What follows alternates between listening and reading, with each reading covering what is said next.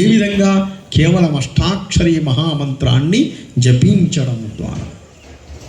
దాసీ కుటుంబంలో పుట్టినా కూడా ఈశ్వరుణ్ణి, సర్వేశ్వరుణ్ణి నోరార కీర్తించారు. అట్లా జరుగుతూ ఉండగా ఈ నారద మహామునికి 6 ఏళ్ల ప్రాయం వస్తే జరుగుతూ ఉంది. ఈయన అలౌకిక చిందంతే. ఇంకా ఎందులో 6 ఏళ్ల అబ్బాయి అయినా కూడా దేని అందు 6 ఏళ్ల వయస్సు వాళ్ళు ఎట్లా ఉంటారు? ఇట్లా ఉంటారు. ఒక్క దగ్గర కూర్చోరు, నిలబడరు. వాళ్ళని కూర్చోబెట్టడం చాలా కష్టసాధ్యం. వీళ్ళు కూర్చోబెట్టగలిగారు, అదృష్టవంతులు, ఆశిస్సులు. చాలా కష్టసాధ్యం. అట్లా తిరుగుతూ ఆడుతూ పాడుతూ అట్లా ఉంటారు. వాళ్ళలో ప్రవృత్తి, పిల్లల ప్రవృత్తి అట్లనే ఉంటుంది. ఆయన ఎవరి మాట వినడు. నిరంతరం ఆ అష్టాక్షరీ మహామంత్ర జపాన్ని చేస్తూ రమిస్తూ ఉన్నాడు. అంతట్లకి ఒక రోజు రాత్రికి ఏం జరిగిందంటే, ఒక మహాసర్పము మన తల్లిని కాటేస్తే ఆ ఓనర్స్ ఉంటారు కదా పాపం, వాళ్ళు వచ్చి అతన్ని నారద మహాముని కూర్చొని ఉన్నాడు. మంచిగా అష్టాక్షరి మహామంత్ర జపం చేస్తూ మునిగిపోయి ఉన్నాడు. వచ్చి వాళ్ళ ఎవరైతే ఇంట్లో పని చేస్తుందో వాళ్ళ ఇంటనే ఆ పాపం మహాకాలసర్పం చూసుకోలేదు. ఆమె రాత్రిపూట కాటు వేసేసింది. అక్కడనే పడి చనిపోయింది. చనిపోయంగానే వాళ్ళు వచ్చి నారద మహాముని ఊపుతున్నారు. 6 సంవత్సరాల బాలకుడు పాపం, తల్లి చనిపోయింది కదా, ఎంత బాధపడతాడో అని ఊపుతూ ఉన్నారు. అప్పుడు ఆయన బాహ్య స్మృతి కలిగింది. అయ్యో, మీ తల్లి పాము గరిచి చనిపోయింది అని అంటే ఆయన ఆనందం ప్రకటన చేశాడు. నాకున్న ఒకే ఒక్క బంధం తల్లి, ఇక తల్లి కూడా వెళ్ళిపోయింది. నన్ను సంరక్షించేటువంటి వాడెవరు? నేను నిత్యం ఆరాధన చేస్తున్నటువంటి నారాయణమూర్తే నాకు సర్వస్వం అని సంతోషంతో, తల్లి చనిపోయిందన్నగా ఏమవుతుంది? మొట్టమొదటి అందరికీ బాధ కలుగుతుంది. కానీ నాకున్నటువంటి ఒకే ఒక్క బంధం, అందుకనే భగవతోత్తముడయ్యా. ఇక విడిచిపెట్టేసి అరణ్యాలకు వెళ్ళి తపస్సు చేసి నారద మహామునిగా మారాడు. ఆయన సంకీర్తనం వల్ల పొందేటువంటి ఆనందం అంత గొప్పది. అనేక రకాలుగా ఈశ్వరుణ్ణి అర్చించిన కలియుగంలో మనకేముండదు. కొద్దిసేపు 1 గంట ఇట్లనే చెప్పాను అనుకోండి, కూర్చుంటారా మీరు? ఏమవుతుంది? ఆకలి అవుతుంది, టైం అవుతుంది, మొట్టమొదలు వెళ్ళిపోవాలి. అవునా? రకరకాల బంధాదుల యందు ఉంటాం మనం.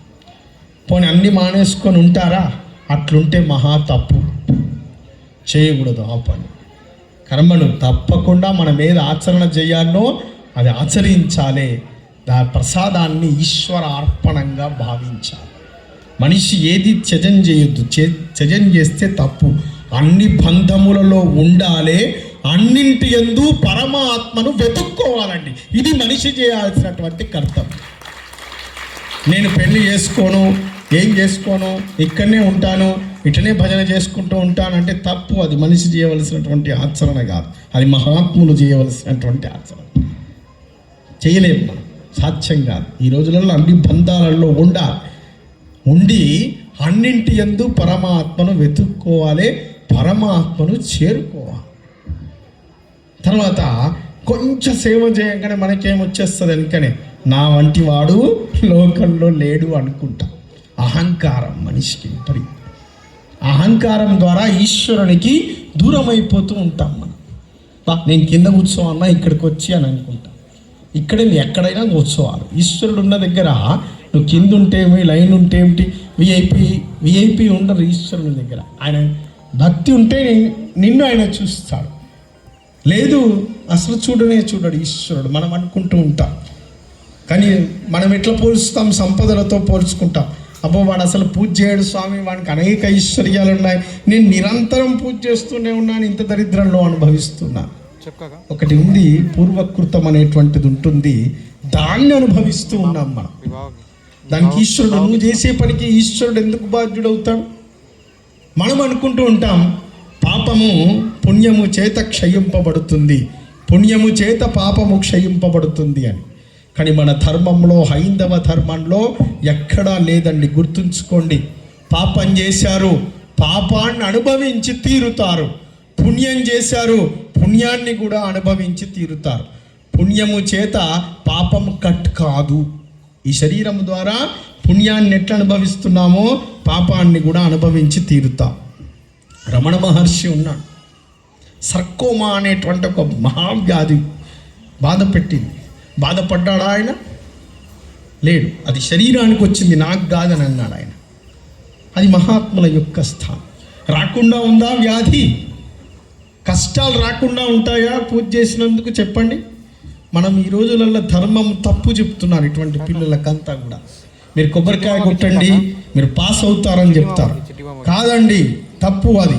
మీరు చదవండి, ఈశ్వరుణ్ణి నమ్మండి, పాస్ అయి తీరుతారు. అది చెప్పండి. కష్టే ఫలి అని చెప్పింది మన ధర్మం. కష్టపడాలి, ఆ ప్రతిఫలాన్ని ఈశ్వరునికి సమర్పితం చేయాలి. మీరు పిల్లలకు కూడా అట్లనే చెప్పండి అమ్మ, తప్పకుండా. రామాయణం చదవండి. రామాయణంలో కౌసల్యామాత చెప్తుంది, రామునికి నీతి చెప్తుంది. ధర్మతాం అభిరక్షతు. రామా, నువ్వు ఎక్కడికి వెళ్తున్నావు తెలుసా? అరణ్యాలకు వెళ్తున్నావు. కానీ లోకంలో అరణ్యాలకు వెళ్తున్నావు కదా, ఒకానొక సందర్భంలో నువ్వు నీ వెనక వస్తున్నటువంటి సీత వెళ్ళిపోవచ్చు, మేము ఎవరం లేకపోవచ్చు, ఇప్పటి వరకు భోగం అనుభవించావు, రాజసుఖములను అనుభవించావు, అవన్నీ రాకపోవచ్చు, మున్ముందు అనేక కష్టాలు రావచ్చు. కానీ అప్పుడు మాత్రము ఏం విడవకు తెలుసా? ధర్మం విడవకు, సత్యం విడవకు. ఇది చెప్పాలి పిల్లలు. అందుకని రామాయణం చదవాలి. ధర్మతాం అభిరక్షతు. ధర్మాన్ని కాపాడు, అది నిన్ను కాపాడి తీరుతుంది. అటువంటి ఉద్బోధ చేసింది రాముడికి కౌసల్యామాత. అందుకనే అంత గొప్పవాడయ్యాడు ఆయన. మనం చెప్తాం, అరే పిల్లలు వచ్చి చెప్పారనుకోండి, అమ్మ నన్ను ఒకడు కొట్టిండంటే తెల్లారు నువ్వు పోయి 4 కొట్టురా అని చెప్తాం మనం. అవును, అట్లే చెప్తాం. ఒక పెన్సిల్ వాడు తీసుకొని వచ్చాడు అనుకోండి వేరే వాళ్ళది, ఈరోజు ఈ పెన్సిల్ తెచ్చినా అంటే అప్పుడే వాడికి చెప్పాలి, ఈరోజు ఈ పెన్సిల్ తెచ్చినా కదా రేపు ఇంకోటి పెన్సిల్ పట్టుకురా అని చెప్తాం. పోటీతత్వాన్ని పెంచుతూ ఉన్నాం మనం. అందులో పోటీ కాదు, సంస్కారంలో పోటీ నేర్పండి. అందుకనే తల్లిదండ్రులను గౌరవిస్తున్నారా ఈరోజు పిల్లలు? మీరు మీ తల్లిదండ్రులను గౌరవిస్తే వాళ్ళు ఇస్తారు, మనం నేర్పితే వాళ్ళు చేసి తీరుతారు. చూడండి, ఇక్కడ ఇంతమందిని కూర్చోబెట్టారు, చక్కగా వాళ్ళు కూర్చొని తీరా. వాళ్ళు ఏ విధంగా కూర్చోవాలో కూర్చుంటారు. వాళ్ళు చక్కగా ఏది వింటారో అది వింటారు. మనం చెప్పాలి, చెప్పి నేర్పించుకునేటువంటి ప్రయత్నం ఈ రోజులలో తప్పకుండా చేయాలి. వినాయక విగ్రహాలను మనం పెడుతున్నాం. సరే, ఈ వేదిక ద్వారా నేను మాట్లాడాలి కాబట్టి చెప్తూ ఉన్నాను. అంత పూజ చేస్తాం. నిమజ్జనం ఎట్లా చేస్తాం చెప్పన్నా? మీకు అందరికీ తెలుసు. ఎట్టి పరిస్థితులలో మన ధర్మమాది ఎంత చాలా భక్తిగా చేయాలి కదా ఉత్సవం. మిగతా అన్యమతాల వాళ్ళు హేళన చేస్తూ ఉన్నారు. దానికి బాధ్యులు ఎవరు? మనమే. వినాయక చవితి యొక్క అంతరార్థం తెలుసా మీకు? ఎందుకు పెట్టాలి అసలు వినాయకుడిని? వినాయకుడు ప్రకృతి పురుషుడు, సాక్షాత్తు ప్రకృతి ఆరాధరణే. ప్రకృతిని అంతా కూడా ఆయన స్వరూపం.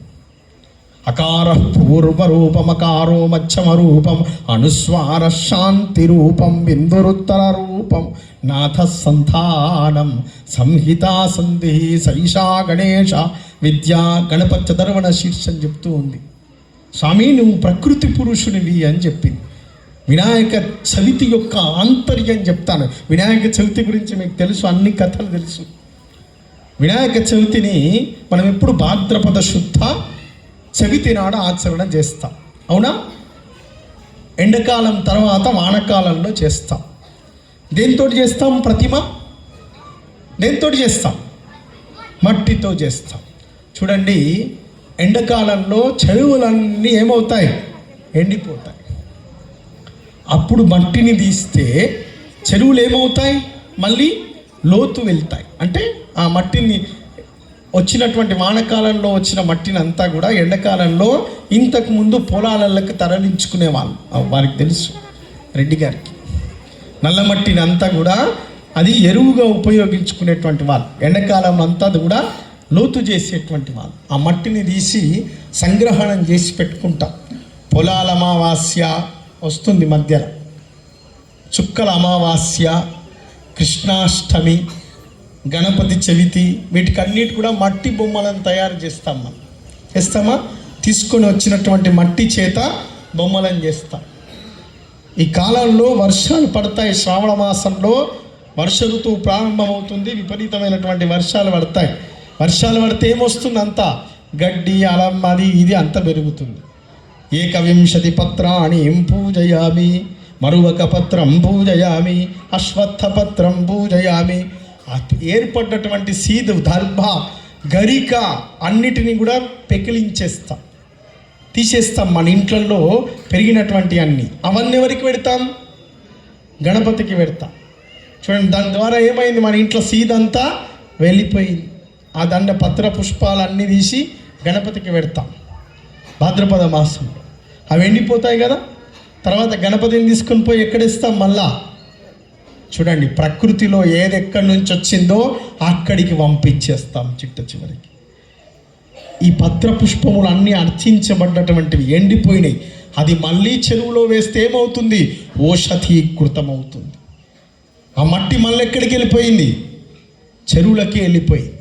చూడండి, ప్రకృతి ఆరాధన, వినాయకుడి యొక్క ఆరాధన. నేటి కాలంలో ప్రకృతికి బీభత్సంగా మనం చేస్తున్నాం. వాడు 12 అడుగులు పెట్టి అంటే వీడు 14 అడుగుల విగ్రహం పెడుతున్నాడు.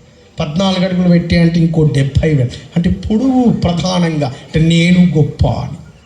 ఈశ్వరుడు ఇంకా మీకు ధర్మశాస్త్రంలో చెప్పాలంటే ఈ ఉత్సవమూర్తులు వేరు. ఇవి ఎన్నన్నా పెట్టుకోవచ్చు, ఎన్ని ఫీట్లన్నా పెట్టుకోవచ్చు, ధర్మం దానికి లేదు. కానీ ప్రతిష్ఠిత విగ్రహాలు మాత్రం ఒక పద్ధతి ఉన్నది. దానికి తాళ ప్రమాణము అని అంటారు. ఉత్తమం త్రితాళంతు 12 ముళ్ళ 36 ఇంచుల విగ్రహం ఉత్తమోత్తమైనటువంటి విగ్రహం.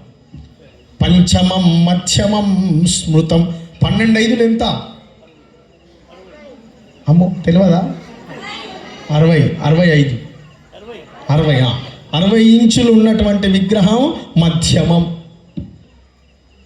సప్తమం అథమం ప్రోక్తమో 12 ఏళ్ళ అలా 72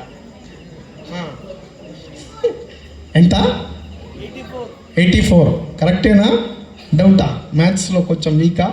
కాదు, వెరీ గుడ్. 84 ఇంచులు ఉన్నటువంటి విగ్రహం అథమం, చిట్ట చివరి. నవమం అథమాథమం 12 తొమ్ములు 108. చిట్ట చివరి ప్రమాణం 108 ఇంచుల కంటే ఎక్కువ విగ్రహాన్ని పూజించకూడదు అని చెప్పింది ధర్మం. ఈ ఉత్సవ విగ్రహాల ఎందుకు కాదు. ఉత్సవ విగ్రహాలు వీటిని పూజ చేయటం, చిట్ట చివరికి వాటిని నిమజ్జనం చేయటం. నిమజ్జనములో రకరకాలు జల నిమజ్జనం, భూ నిమజ్జనం, భస్మ నిమజ్జనం, ఒక గోతి తీసి పాతి పెట్టేస్తారు. అట్లా రకరకాల నిమజ్జనాలను తెప్పింది ధర్మం. అట్లా చర విగ్రహాలు అంటారు వీటిని అన్నింటినీ. తీసుకొని రావడం, ఉత్సవాంతర్గతంగా పూజ చేయడం, ఉత్సవం పూర్తి కాగానే నిమజ్జనం చేయడం. వీటికి అయముతోటి అంటే ఎత్తుతోటి పొడవుతోటి ప్రమాణాలు లేవు. మన ఇష్టం, ఎంతనైనా చేసుకోవచ్చు. కానీ ఎట్లా చేయాలి? భక్తిగా చేయాలి. ఈ రోజులల్లో సరే ఏదో ఉత్సవ విగ్రహాల్లాగా ప్రతిష్ఠితం చేస్తూ ఉన్నారు. అది మహాహేయమైనటువంటి ధర్మ విరోధమైనటువంటి అంశము. చక్కగా ఏ విధంగా చేసినాం అనేటువంటిది ప్రధానం కాదు, గుర్తుంచుకో. ఎంత భక్తిగా ఆచరణ చేస్తున్నాం అనేటువంటిది చాలా ప్రధానం. మీ మాతా బాలభక్త సమాజం, శ్రీ మాతా బాలభక్త సమాజం వాళ్ళు చక్కగా భగవద్గీత పారాయణాల ద్వారా, అనేక కార్యక్రమాలు, సేవా కార్యక్రమాల ద్వారా, ఇటువంటి మహా కార్యక్రమాల ద్వారా అత్యంత భక్తివంతమైనటువంటి మహా అర్చనలు నిర్వహిస్తూ ఉన్నారు. అనేక మంది సంఘటిత పరుస్తూ ఉన్నారు. వాళ్ళకి వేదిక ద్వారా ప్రత్యేకమైనటువంటి ఆశీస్సులను అందజేస్తూ ఇంకా మున్ముందుకు చక్కనైనటువంటి మహదైశ్వర్యము ద్వారా మనలో జాగరూకత కలిగించేటువంటి రకరకాల కార్యక్రమాలను నిర్వహించేటువంటి శక్తి వినాయక స్వామి వారు వాళ్ళకు అనుగ్రహించాలని. అదేవిధంగా అమ్మగారు మొన్న ఒకానొక సందర్భంలో చెప్పారు, మేము 1000 మందితో ఆల్రెడీ చేసి 1000 మంది సహస్ర సంఖ్యాకంగా ఇంతకుముందే మేము భగవద్గీత పారాయణాన్ని నిర్వహించాం. ఇప్పుడు 10,000 అంటే ఆయుత సంఖ్య పారాయణం చేయాలని మేము అనుకుంటున్నామని అన్నారు. చక్కగా వినాయక స్వామి వారి యొక్క పరిపూర్ణమైనటువంటి అనుగ్రహం ద్వారా 10,000 భగవద్గీత పారాయణాలు చేసేటువంటి అవకాశం వికారాబాద్లో కలగాలని స్వామివారిని ఈ వేదిక ద్వారా ఆశీస్సులను అందించాలని వేడుకుంటూ, భగవద్గీత పారాయణమే కాకుండా చక్కగా వాటిని ఆచరణ, నేను ఇంతకుముందు అంత చెప్పిందే ఆచరణ గురించి. ఆచరణ శూన్యమైనటువంటిది వ్యర్థం. ఎంత చేసినా ఏదైనా సరే తప్పకుండా ఆచరణ చేసేటువంటి ప్రయత్నం చేయండి. మాతలు చాలామంది ఉన్నారు ఇక్కడ, చక్కగా చెప్పడం కాదు చేసి చూపించేటువంటి ప్రయత్నం చేయాలని ఈ వేదిక ద్వారా ఆశీస్సులను అందజేస్తూ, ఇక శ్రీ జ్యోతిర్వాస్తు విద్యాపీఠం ఎంతైతుందో టైం ఇంకా చెప్పమంటారా? చెప్పాలా? స్తోత్రం చెప్తా. శ్రీ జ్యోతిర్వాస్తు విద్యాపీఠం సంగారెడ్డి నిర్వహణలో శ్రీ కైలాస ప్రస్థార మహామేరు పంచముఖ ఉమామహేశ్వర స్వామి వారి దేవాలయం రూపొందుతూ ఉంది. ఇది అక్కడ ఉన్నటువంటి స్ట్రక్చర్. మరి ఇది కూడా ఒక దేవాలయమే వాస్తవానికి. ఇది అంటే దేవాలయం అనగానే మనకు ఒక భావన ఏంటిదంటే భగవంతుని కోసం కట్టేది అని. భగవంతుని కోసం దేవాలయం అవసరం లేదు. ఎవరి కోసం అవసరం? మన కోసం అవసరం. దేవాలయము ద్వారా జ్ఞానం పొందుతాం. ఏం జ్ఞానం వస్తుంది స్వామి? శ్రీశైలం పోయి వచ్చిన వాళ్ళు చేతులు ఎత్తండి. శ్రీశైలం చూడలేరా? చూసింది కదా, రైట్. శ్రీశైలంలో ఉన్నటువంటి ఈశ్వరునికి వికారాబాద్లో ఉన్నటువంటి ఈశ్వరునికి వ్యత్యాసం ఉందా? ఉందా లేదా? మళ్ళీ ఒక్కటే కదా, మన శ్రీశైలం ఎందుకు వాళ్ళే చెప్పండి. అది తీర్థం, స్వయం ఉద్భవం, స్వయంగా స్వామివారు వెలిసాడు. ఇక్కడ కూడా ఉన్నాడు. అందులో నువ్వు చూడగలిగితే ఇక్కడున్నా. దేవాలయాలు ఒక శాస్త్రీయ విజ్ఞానాన్ని తెలిపేటువంటి మన యొక్క సంస్కృతి సంప్రదాయాలు దేవాలయాల ద్వారా నేర్చుకుంటాం. అది ఈరోజు వెళ్ళిపోయిందండి. మన భారతీయ వారసత్వ సంపదను కాపాడబడ్డది దేవాలయాల సంస్కృతి ద్వారా. శ్రీ జ్యోతిర్వాస్తు విద్యాపీఠం గత 20 సంవత్సరాలుగా అనేక ఆధ్యాత్మిక, ధార్మిక, సామాజిక సేవా కార్యక్రమాలను నిర్విరామంగా నిరంతరం నిర్వహణ చేస్తూ 2017లో ఈ మహత్తరమైనటువంటి నిర్మాణాన్ని ప్రారంభం చేసింది. ఇది చరిత్రలో ఇప్పటి వరకు ఎక్కడ లేనటువంటి నిర్మాణం. దీన్ని ఏమంటారంటే మహామేరు అని అంటారు. ఏమంటారు? మహామేరు శ్రీచక్రాకారంలో నిర్మాణం. అసలు శ్రీచక్రం అంటే ఏంటిది అంటే సమ్యక్షతం క్రతోన్ కృత్వా యత్ఫలం సమవాప్నుయాత్ తత్ఫలం సమవాప్నోతి కృత్వా శ్రీచక్ర దర్శనం. కొన్ని వేల యాగములు చేస్తే ఎంతైతే ఫలితం కలుగుతుందో ఒక్కసారి శ్రీచక్రాన్ని దర్శిస్తే అంత ఫలితం కలుగుతుంది. లలితా సహస్రనామాల్లో చదువుతారు కదమ్మా, అమ్మవారి పేరు ఉంటుంది. సుమేరుష్ తర్వాత ఏమున్నాయి? సుమేరు శృంగ మధ్యస్థ శ్రీమన్నగరనాయిక అని ఉంటుంది. ఉందా?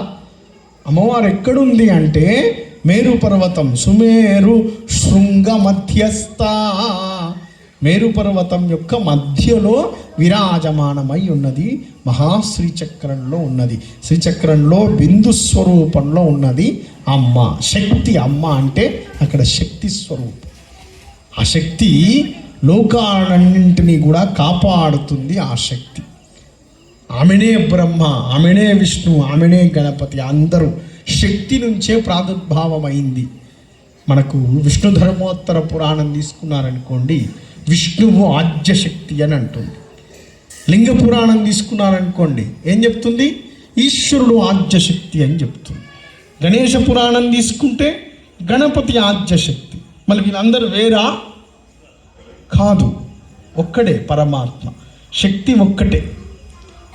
లైట్, విద్యుత్ ఒక్కటే, బల్బు వెలిగించుకోవచ్చు, అట్లా ఆ లైట్ను ఏర్పాటు చేసుకోవచ్చు, ఈ లైట్ను ఏర్పాటు చేసుకోవచ్చు. నా ధ్వని మారుతుంది, ఫ్యాన్ పెట్టి తిప్పుకోవచ్చు, గాలి రావడానికి కోసం నీళ్లను ఉత్పత్తి చేసుకోవచ్చు. కింది నుంచి పై వరకు ఉన్నటువంటి శక్తి ఏది? విద్యుత్ ఒక్కటే శక్తి. అది రకరకాలుగా మారి మనకు ఉపయోగపడుతున్నట్టే విజ్ఞములను తీసివేయాలి. ఏ స్వరూపం అన్నది విఘ్నేశ్వరుడు అవుతాడు, అదే శక్తి. సృష్టించాలి, బ్రహ్మగా మారుతుంది. స్థితి చెయ్యాలి, విష్ణువుగా మారుతుంది. లయం చెయ్యాలి, రుద్రునిగా వస్తుంది. మనలో శక్తిని ఇవ్వాలి, అమ్మ స్వరూపమై ఉంటుంది. నువ్వు ఏ రకంగా పిలిస్తే ఆ రకంగా పరమాత్మ మారి వచ్చేస్తాడు నీకోసం. అది ఈశ్వరుని యొక్క సంకల్ప బలం, ఈశ్వర శక్తి అదంతా. అట్లా ఈ దేవాలయం మహామేరు నిర్మాణం. మహామేరు అని అంటే ఒక మహాపద్మం, ఆ పద్మం పైన కూర్మం, కూర్మం పైన యంత్రం, యంత్రం పైన శ్రీచక్రాకారంలో ఈ మహత్తరమైనటువంటి నిర్మాణం జరుగుతూ ఉంది. ఇందులో స్టీల్ ఉపయోగించడం లేదు, శాస్త్రీయమైనటువంటి నిర్మాణం. స్టీల్ ఉపయోగించకుండా, సిమెంట్ ఉపయోగించకుండా జరుగుతున్నటువంటి ఏకైక నిర్మాణము ఈ మహత్తరమైనటువంటి నిర్మాణం. ఈ నిర్మాణం గత 7 సంవత్సరాల క్రితం ప్రారంభించబడి ఉన్నది. ఇప్పటికే తెలంగాణ గవర్నమెంట్ వాళ్ళు ఇంగ్లీష్లో పాఠ్యాంశంగా పెట్టడం జరిగింది ఈ దేవాలయం గురించి. బేస్ మట్టం పూర్తి చేసుకొని ఉన్నాం. 8 లక్షల టన్నుల రాళ్ల చేత 32 అడుగుల ఎత్తు కలిగినటువంటి బేస్ మట్టం పూర్తయి ఉన్నది ఈ దేవాలయంలో. ఈ దేవాలయానికి వెళ్తే రకరకాల విగ్రహాలు, 32,000 విగ్రహాలు, 239 ప్రత్యేకతతో ఈ మహత్తర నిర్మాణాన్ని సంగారెడ్డి, మనకు అతి దగ్గరలో ఉన్నటువంటి సంగారెడ్డి ప్రసలవాదిలో మంజీరా పరివాహక ప్రాంతంలో నిర్వహణ చేస్తూ ఉంది ఈ జ్యోతిర్వాస్తు విద్యాపీఠం. అక్కడనే దత్త సాంప్రదాయంలో శ్రీ జ్యోతిర్వాస్తు విద్యాపీఠ ఆశ్రమం ఉన్నది. శ్రీ విద్యా అనుష్ఠానంలో నిరంతరం అనేక ధార్మిక సామాజిక సేవా కార్యక్రమాలు నిరంతరం జరుగుతున్నాయి. ఇందులో ఉండేటువంటి అనేక మంది ఇప్పటికే ఆశ్రమాన్ని దర్శించి ఉన్నారు. మొన్న రామ ఉత్సవంలో అనేక మంది విచ్చేసి ఉన్నారు, మాతలు చాలామంది వచ్చారు. అక్కడ సశాస్త్రీయమైనటువంటి కార్యక్రమాలను నిర్వహణ చేయడం జరుగుతూ ఉంది. ఈ దేవాలయం కూడా మన భారతీయ వారసత్వ సంపదను కాపాడాలని ఈ మహత్తర నిర్మాణం విద్యాపీఠం ద్వారా రూపొందుతూ ఉంది. అక్కడ ఉన్నటువంటి గణపతి శ్రీ విద్యా గణపతి. ఏం గణపతి? విద్యా గణపతి. శ్రీ విద్యా గణపతి అనంటే గణపతులు అరుదైనటువంటి రూపాలు 32 రూపాలు ఉంటాయి గణపతులను. బాల గణపతి, తరుణ గణపతి, ఇట్లా ఒక్కొక్క స్వరూపకంగా మనం ఆరాధన చేస్తాం. అందులో విద్యాగణాధిపతి స్వరూపము కంఠాధూర్ధ్వం కరీంద్రం యువతి మదమయస్తౌమి విద్యాగణేశం. స్త్రీ రూపి అయినటువంటి గణపతి. చూసారా మీరు ఇంతకుముందు ఎక్కడన్నా? స్త్రీ రూపంలో ఉన్నటువంటి గణపతి చూపిస్తాను నేను. కంఠాధూర్ధ్వం కరీంద్రం యువతి మదమయస్తౌమి విద్యాగణేశం. ఇది విద్యాగణాధిపతి యొక్క స్వరూపం. కింద అమ్మవారి వలె ఉంటాను. కంఠాధూర్ధ్వం కరీంద్రం. గణపతి అంటే ఎట్లుంటాడు? ఇట్లా ఉంటాడు గణపతి. అవునా? మనం ఎక్కడ గణపతి చూసినా పురుష స్వరూపం ఉంటుంది కింద. తల కింద స్త్రీ స్వరూపముతో ఉండేటువంటి యావత్ ప్రపంచములోనే ఏకైక గణపతి ఆశ్రమమునందు ప్రతిష్ఠ చేయబడుతూ ఉంది. అదే శ్రీ విద్యా గణపతి. ఈ గణపతిని దర్శించుకుంటే చాలండి. ఏం ఫలితము అని అంటే మేరుతంత్రము అనేటువంటి శ్రీ విద్యోపాసన యందు అర్చించేటువంటి గణపతి శ్రీ విద్యా గణపతి. మంచి విద్య కలుగుతుంది. 32 గణపతులు చెప్పాను కదా ఇంతకుముందు. బాల గణపతి, తరుణ గణపతి, ఏకదంత గణపతి, క్షిప్రప్రసాద గణపతి, వల్లభ గణపతి, శక్తి గణపతి, ద్విముఖ గణపతి, త్రిముఖ గణపతి, పంచముఖ గణపతి, ధైవీర్య గణపతి. ఇట్లా ఈ 32 గణపతులను సేవించినటువంటి ఫలితం కలుగుతుంది. అంత గొప్ప నిర్మాణము నాగర శిల్పము అనేటువంటి శిల్ప సాంప్రదాయం ప్రకారంగా జరుగుతుంది. మనలో 3 రకాల శిల్పాలు ఉంటాయి. ఇది అక్కడ ఉన్నటువంటి దేవాలయం జరుగుతూ ఉంది ఇప్పుడు ప్రస్తుతం. దీని నాగర శిల్పము అని అంటారు. రామాలయం అయోధ్యలో మనందరి అదృష్టం. ఈ సంవత్సరం జనవరి 22వ తేదీ రోజు అత్యంత వైభవోపేతంగా అయోధ్యలో రామాలయం ప్రతిష్ట గావించబడ్డది. మనం భారతదేశంలో ఈ సమయంలో ఉండడం మనందరి అదృష్ట భాగ్య విశేషం. ఎప్పుడో 500 సంవత్సరాల క్రితం పోయింది, మనం చూడగలిగాం. అది వేసర శిల్పంలో ఉన్నటువంటి రామాలయం. ఆ వేసర శిల్పం ప్రకారంగానే ఆశ్రమంలో నవాయతన రాముణ్ణి ఉపాలయంగా చేస్తూ ఉన్నాం. ఇక్కడ చేసేటువంటి దేవాలయం ఒక్క ప్రత్యేకత కాదు, రాత్రి పగలు నేను చెప్పగలుగుతాను 239 ప్రత్యేకతలతో జరుగుతూ ఉంది. రాముడు పరివార రాముడు. అక్కడ ఉండేటువంటి పరివారం ఎంతమంది రాముడికి తెలుసా? చెప్పండి, మీకు తెలిసిన రామ పరివారం చెప్పండి. సీత, తర్వాత లక్ష్మణ, దశరథ, తర్వాత ఇంకా భరత, శత్రుఘ్న, ఇంకా హనుమంత, సుమిత్ర, కైకేయి, వాళ్ళందరి తల్లి. రామ పరివారంలో మన కార్షధర్మంలో ఏం చెప్తారంటే, మంచిగా ఉన్నారు, చక్కగా ఉన్నారు, మంచి నాలెడ్జ్ ఉంది. వామే భూమి సుతా పురస్తు హనుమాన్ పశ్చాత్ సుమిత్రా సుతా శత్రుఘ్నో భరత చ పార్శ్వదలయో వార్వ్యాది కోణేషు చ సుగ్రీవచ్చ విభీషణచ్చ యువరార్తారాసుతో జాంబవాన్ మధ్యే నీల సరోజ కోమల రుచిం రామం భజే శ్యామలం. రామాలయాలు ఏకాయతనము అంటారండి. ఒకే విగ్రహం ఉంటుంది రామాలయాలు. మనం రామాలయం అక్కడ ప్రతిష్ఠ చేయంగా అయ్యో సీత లేదు అని అనుకున్నాం, అవునా? అది ఏకాయతన రామాలయం. అంటే ఒక్కడే ఉంటాడు రాముడు, బాలస్వరూపమై ఉంటాడు రాముడు. అందుకని అక్కడ పేరు బాలరాముడు అని పెట్టాడు అయోధ్యలో. చక్కని ఆలయం అది. ఎక్కడ అధర్మంగా నిర్మించబడ్డ శాస్త్రీయమైనటువంటి నిర్మాణం కాదు, చక్కనైనటువంటి శాస్త్రీయబద్ధంగా నిర్మిస్తున్నటువంటి దేవాలయం అది, నిర్మించినటువంటి దేవాలయం. ఏకాయతనం అంటే ఒకటే విగ్రహం ఉంటుంది. తర్వాత సీతారాముడు ఉంటాడు. ఎక్కడున్నాడు మన దగ్గర తెలిసిన దాంట్లో చెప్పండి. సీతారాముడు భద్రాచలంలో ఉన్నాడు. తర్వాత లక్ష్మణుణ్ణి ప్రతిష్ఠ చేశాడు. దాన్ని త్రయతన దేవాలయం అంటారు. 3 విగ్రహాలు ఉంటాయి, సీత, రామ, లక్ష్మణ. ఇంకా మనకి ఇక్కడ ఉండొచ్చు సీత, రామ, లక్ష్మణ, హనుమంత, అంతేనా? 4. దాన్ని ఏమనాలి? చతురాయణ దేవాలయాలు అనాలి. పంచాయతన దేవాలయం ఒక్కటే ఉంది. మీరు వెళ్ళినప్పుడు చూడండి, హంపి కర్ణాటకలో ఉంది. పంచాయతన దేవాలయం అంటారు దాన్ని. ఒకే దేవాలయంలో 5 విగ్రహాలు ఉంటాయి. సీత, ఎవరెవరు? రాముడు, లక్ష్మణుడు, హనుమంతుడు, జాంబవంతుడు.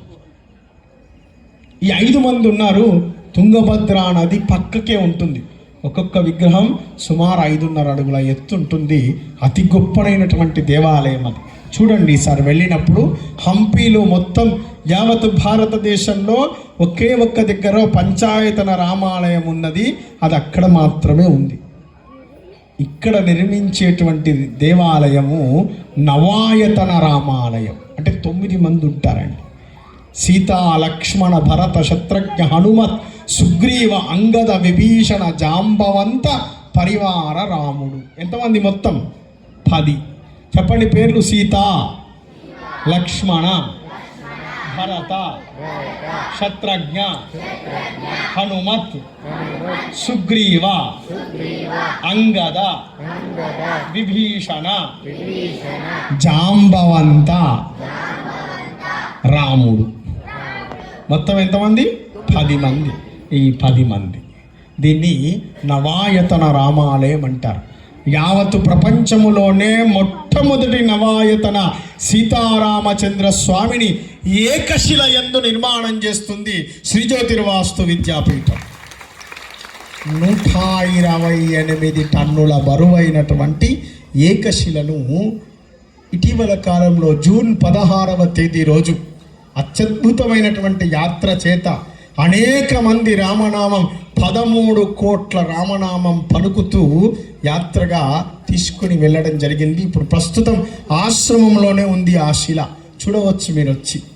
ఒకే విగ్రహంలో 10 విగ్రహాలు నిర్మాణం చేస్తుంది. ఇదంతా ఒకే శిల యందు ఒకే విగ్రహం మొత్తం. అదంతా కూడా ఆ విగ్రహాన్నందు అది మీరు ఎక్కడ ఏ దేవాలయానికి వెళ్ళి చూడండి, యావత్ భారతదేశం అంతా కూడా 8 విగ్రహాలకు మించి ఒక్క శిల యందు లేవు ఎక్కడ. పూర్ణమైనటువంటి స్వరూపాల చేత, పూర్ణ స్వరూపాలంటే పాదాది శిరపర్యంతం అన్ని విగ్రహాలతో రూపొందిస్తున్నటువంటి ఏకశిల నవాయతన శ్రీ సీతారామచంద్ర స్వామిని యావత్ ప్రపంచంలో మొట్టమొదటిగా నిర్మాణం చేస్తుంది శ్రీ జ్యోతిర్వాస్తు విద్యాపీఠం. అట్లనే అపరాజిత మహాదేవాలయం, అపరాజిత భద్రరథ. విజయదశమి రోజు మనం పూజ చేస్తాం శమీకి. చేస్తారా? శమి అంటే జమ్మి చెట్టుకు పూజ చేస్తారు. ఎందుకు చేస్తాం? అందరికీ విజయం రావాలని, అందరికీ విజయాన్ని ఇచ్చేటువంటి దేవత అపరాజిత. ఏం పేరు? ఆమె పేరు అపరాజిత. అపరాజిత అంటే వాళ్ళకు పరాజయం ఉండదు. ఇంకా ఉందా ఎక్కడున్న దేవాలయం అపరాజిత? అది లేదండి. అది కూడా మొట్టమొదటి నిర్మాణం చేస్తూ ఉంది అపరాజిత. అపరాజిత భద్రరథ కరోతు విజయం మమ. దేవాలయం ఇది దీర్ఘ చతుస్రాకార దేవాలయము. ద్రావిడ సాంప్రదాయం అంటే మనది కింది వైపు. భారతదేశాన్ని 3 విభాగాలుగా చేశారు. వింధ్యకు పైన దాన్ని ఏమంటారు? ఉత్తర భారతదేశం అంట. వింధ్యా ప్రాంతాన్ని మధ్యమ ప్రాంతం అంట. కింద ఉన్నటువంటి ప్రాంతాన్ని ఏమంటాం? దక్షిణ భారతదేశం అంట. ఈ దక్షిణ భారతదేశంలో ఉండేటువంటి శిల్పకళ ద్రావిడ కళ అని అంటారు. వింధ్యా ప్రాంతంలో ఉండేటువంటిది నాగర శిల్పం. ఏం శిల్పము? నాగర శిల్పం. పైన ఉండేటువంటిది వేసర శిల్పం. అయోధ్యలో చేస్తున్నది వేసర నిర్మాణం. అది అక్కడ మీరు ఏ దేవాలయాలను చూసినా అట్లనే ఉంటాయి. వేసర, నాగర, ద్రావిడ. ఈ 3 శిల్పకళను మన ఆశ్రమం వస్తే చూస్తారు. ఇది ద్రావిడ శిల్పం ప్రకారం నిర్మిస్తున్నటువంటి దీర్ఘ చతుస్రాకార దేవాలయం.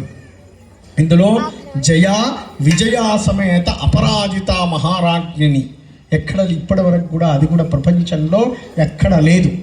జయాదేవి విజయాదేవి చేత ఉన్నటువంటి త్రిశక్తి స్వరూపాన్ని ఎవరు దర్శిస్తారో అపరాజిత భద్రరథ కరోతు విజయం మమ హరేణతు విచిత్రేణ భాస్వత్ కనకమే కళా అపరాజిత భద్రరథ కరోతు విజయం మమ. ఆ దేవతను పూజిస్తే ఇక వాళ్లకు అపరాజయం కలగదు.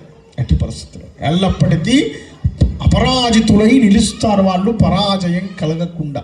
అటువంటి వాగ్వైఖరి వైభవాన్ని ఇచ్చేటువంటి శ్రీ విద్యా సాంప్రదాయంలో ఆమ్నాయ శక్తి అయినటువంటి అపరాజిత శక్తిని పెట్టడం జరుగుతుంది. ఇక సూర్య దేవాలయం జరుగుతూ ఉంది. ఇవన్నీ పంచాయతనంలో ఉంటాయి. పంచాయతనంలో ఒక్కొక్క వైపుకి ఒక్కొక్కటి ఉంటాయి. 12 ముఖాలు ఉన్నటువంటి సూర్యుడు ద్వాదశాదిత్యులు అని అంటారు. ద్వాదశాదిత్యం నమోస్తుతే ఖగభూష హిరణ్య గర్భమరీత్యాదిత్యార్క భాస్కరే భ్యో నమః. మనం సూర్య నమస్కారాల్లో చెప్తాం. 12 సూర్యులు ఉంటారు. చైత్రమాసంలో ఒకరు, వైశాఖంలో ఒకరు, ఒక సూర్యుని వెనుక ఒక సూర్యుడు ఉంటారు. అట్లా ద్వాదశాదిత్యం 12 మంది కలిస్తే సూర్యమండలం అని చెప్తుంది మనకు. ఆ 12 సూర్యులు ఎక్కడ లేవు, అవి కూడా వృత్తాకారంలో ఏర్పాటు చేయడం జరుగుతూ ఉంది. ఈ మధ్యలో ఉన్నటువంటిది మహామేరు స్వరూపం. ఇటువంటి అతి గొప్పనైనటువంటి దేవాలయం శ్రీ జ్యోతిర్వాస్తు విద్యాపీఠం ద్వారా జరుగుతూ ఉంది. సిమెంట్ లేదు అందులో, మొత్తం 84 అడుగుల ఎత్తు, సిమెంట్ లేకుండా, స్టీలు లేకుండా 8,23,000 టన్నులు బరువు కలిగినటువంటి శిలల చేత నిర్మాణం చేస్తున్నటువంటి ఏకైక దేవాలయం ఈ కైలాస ప్రస్థార మహామేరు పంచముఖ ఉమామహేశ్వర స్వామి దేవాలయం. రామాయణం కథలు, భారతం కథలు, భాగవతం కథలు ఇవన్నీ మన తర్వాత తరాల వారికి అందజేయడం కోసం నిర్మిస్తున్నటువంటి ఒక జ్ఞాననిధి. మీరు తప్పకుండా ఆశ్రమానికి విచ్చేసి ఈ మహత్తరమైనటువంటి దేవాలయంలో భాగస్వామ్యం పొందవలసిందిగా ఆశీస్సులను అందజేస్తూ, ఇప్పటి వరకే ఆ దేవాలయం బేస్ మట్టం పూర్తయింది. ఆధారము అని అంటారు, బేస్ ఏమనాలి, ఆధారము అని అనాలి. ఆధారం పూర్తయింది. ఆధారం పూర్తయిన తర్వాత ఏం చేయాలంటే ఏనుగుల చేత తొక్కించాలి దాన్ని చక్కగా ప్రత్యక్షంగా. దాన్ని గజపాద ఘట్టనము అని అంటారు. ఇవన్నీ చేస్తున్నామా దేవాలయాలలో ఈరోజు? లేదండి, ఇవన్నీ పుస్తకాలలో ఉంటాయి. ఏది ఆచరణ చెయ్యం మనం. ఆచరణ చేయకుండానే ఫలితం రావాలంటే వస్తుందా? వంట చేయాలి స్వామి తినాలి అని అంటే తింటామా? ఆకలి తీరుతుందా? వంట చేయాలి, అది రుచికి కావాలి, తినాలి, తిన్నది జీర్ణం కావాలి. ఈ 4 జరిగితే మనిషికి ఆనందం, అవునా? అందుకనే ధర్మశాస్త్రాన్ని ఆలోకన చేయడం, దాన్ని ఆచరణ చేయడం. ఆచరణ లేనిది ఏది రాదు, గుర్తుపెట్టుకోండి. నేను అనేక మాటలు చెప్తూ ఉంటాను ఈ మాట.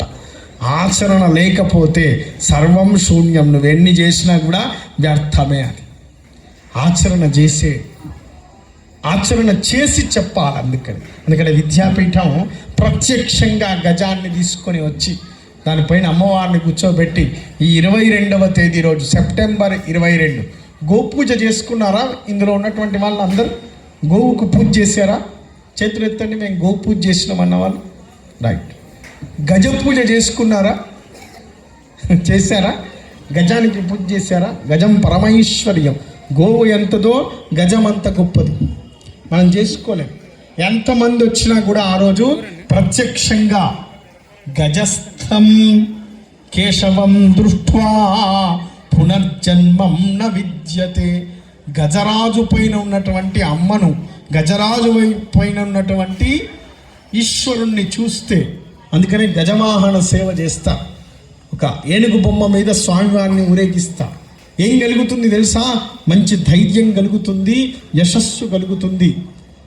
గజం సంపదకు చిహ్నం. అందుకనే లక్ష్మీదేవి పక్కన ఉంటాయి, 4 ఉంటాయి. గజాన్ని చూస్తే, గజ పూజ చేస్తే సంపద కలుగుతుంది. ఆ రోజు ప్రత్యక్షంగా గజానికి పూజ చేసుకునేటువంటి భాగ్యం ఆశ్రమంలో ఉంది. ఇట్లా నేను చెప్తూ వెళ్తే సమయం ఎంత అవుతుందో ఇప్పటికీ. నంది గురించి చెప్పాలి, సార్ చెప్తున్నాను. మా విఠల్ రెడ్డి గారు విద్యాపీఠానికి సభ్యులు,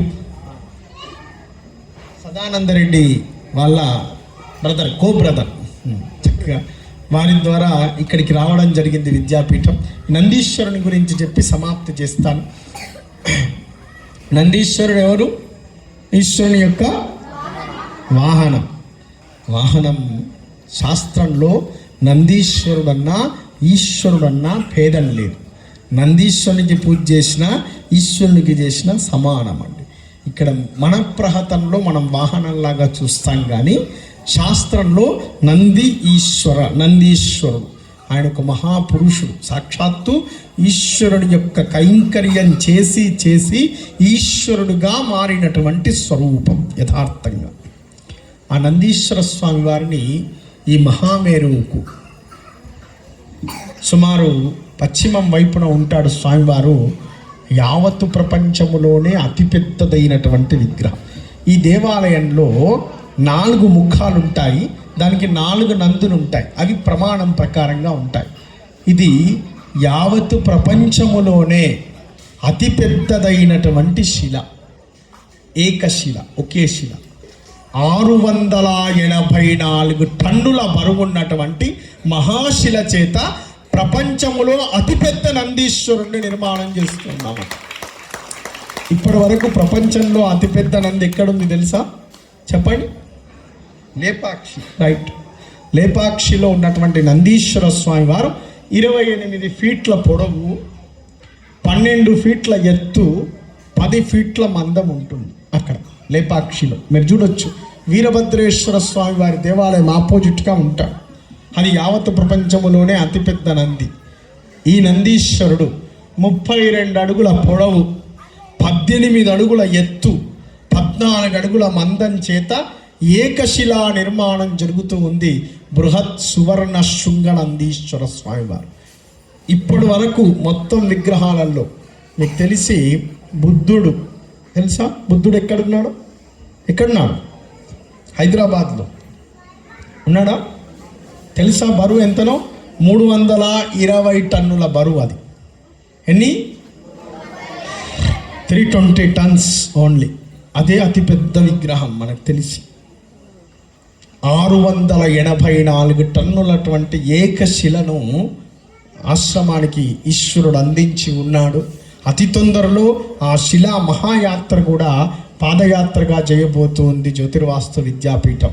ఇప్పటికే అక్కడ బేస్ మట్టం నిర్మాణం, ఇది కూర్చోవడానికి సరిపడేటువంటి నిర్మాణం పూర్తయి ఉన్నది. తప్పకుండా మీరందరూ కూడా ఆశ్రమానికి విచ్చేసి అక్కడ జరుగుతున్నటువంటి కార్యక్రమాలలో ప్రత్యక్షంగా భాగస్వామ్యం పొందవలసిందిగా పునః మీ అందరినీ కలిసేటువంటి భాగ్యం నాకు రావాల్సిందిగా ఈశ్వరుణ్ణి వేడుకుంటూ, హర నమః పార్వతీపతే హర హర మహాదేవ హర.